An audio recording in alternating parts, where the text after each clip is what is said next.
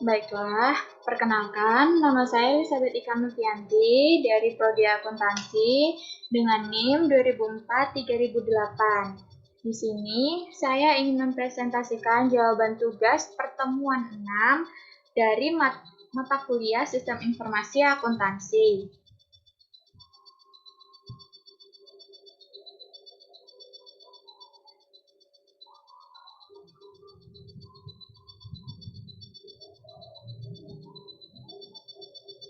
Baiklah, di sini terdapat 4 soal yang akan saya presentasikan beserta jawaban dan beberapa link dari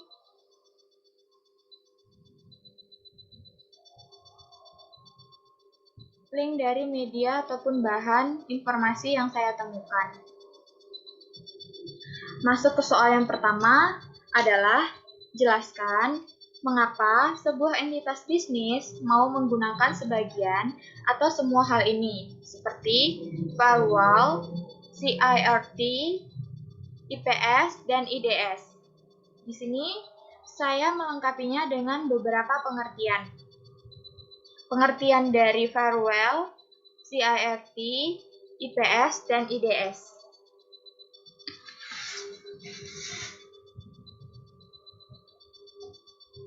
Firewall ini sendiri berperan sebagai tembok pemisah yang membatasi antara komputer dari jaringan internet. Lalu tujuan dari CIRT ini sendiri adalah untuk meminimalkan dan mengontrol kerusakan akibat dari insiden, serta memberi pandangan yang efektif untuk respon dan kegiatan pemulihan serta mencegah kembali adanya insiden tersebut. Sedangkan sistem IPS dan IDS itu sama, yang berfungsi sebagai mencegah serangan yang datang dengan sedikit bantuan dari administrator ataupun tidak sama sekali. Jadi, alasan kenapa perusahaan ataupun entitas bisnis tersebut mau menggunakan sebagian atau semua dari keempat hal tersebut adalah karena teknologi firewall sendiri itu hanya dirancang untuk memblokir trafik yang mencurigakan tanpa membedakan mana trafik yang berbahaya maupun tidak berbahaya.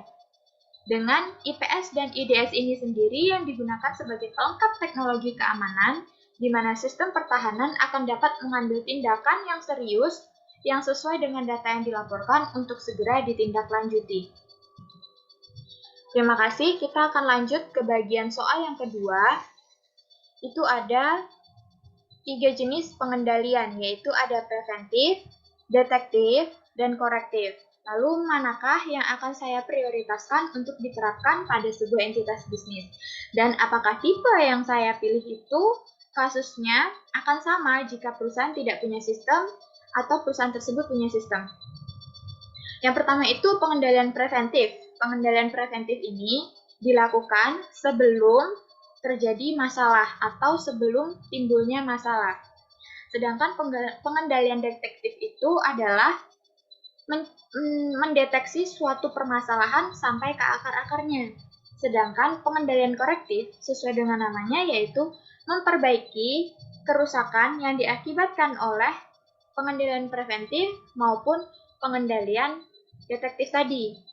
Jadi, manakah yang akan saya prioritaskan? Manakah yang menurut saya akan saya prioritaskan untuk saya terapkan pada entitas bisnis? Yaitu adalah pengendalian preventif. Mengapa?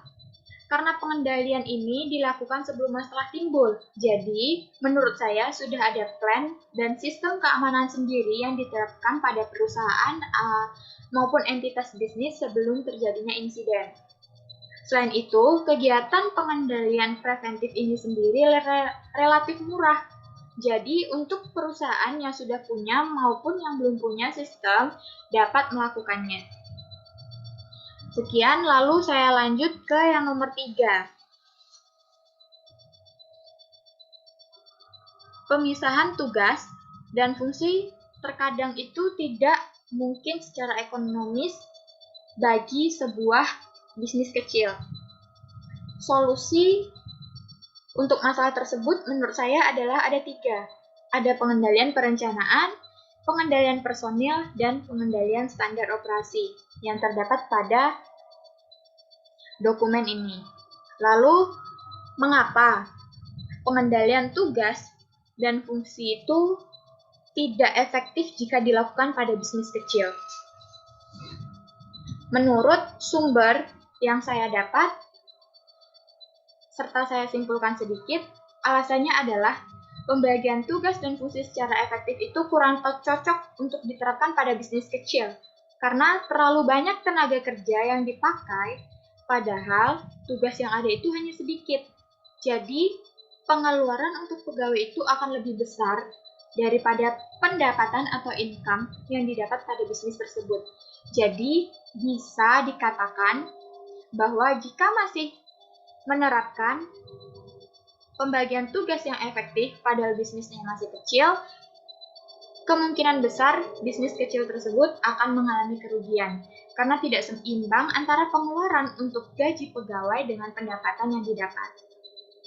Lalu saya akan masuk ke soal nomor 4, yaitu bagaimana tanggapan saya terhadap perusahaan yang menetapkan kebijakan memonitor aktivitas karyawan bekerja menggunakan komputer di kantor dengan alasan keamanan dan pengendalian.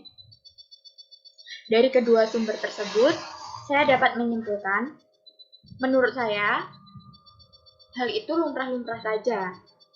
Karena pasti perusahaan memiliki tujuan tersendiri, yang kemungkinan besarnya tujuannya adalah menjamin agar aset sistem informasi perusahaan pada entitas bisnis tetap aman, yang mencakup apa saja yaitu tentang sumber daya fisik atau yang sering kita sebut dengan hardware dan non-fisik seperti software.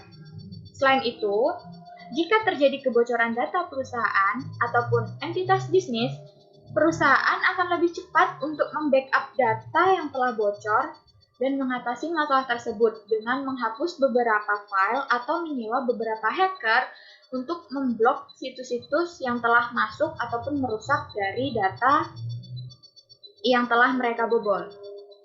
Menurut saya seperti itu. Sampai di situ dulu pembahasan tugas pertemuan 6 dari mata kuliah Sistem Informasi Akuntansi yang saya kerjakan. Ada salahnya, saya minta maaf. Terima kasih.